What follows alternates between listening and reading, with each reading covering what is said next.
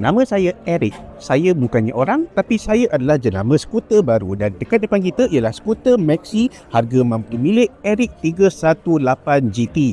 Jom kita tengok apa yang ada. Eric 318 GT. Nama je 318 tapi dia datang dengan enjin 330cc, 27.6 HP, 30.8 Nm.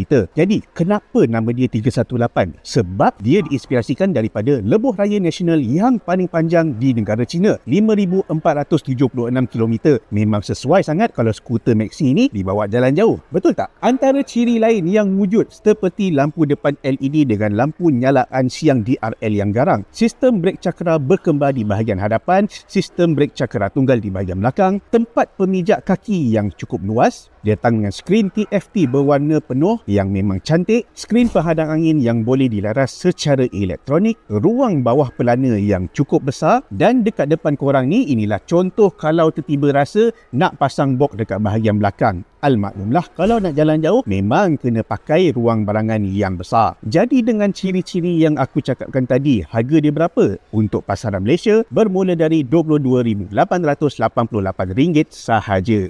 Korang rasa berbaloi ke tak? Tolong komen sikit dekat bawah.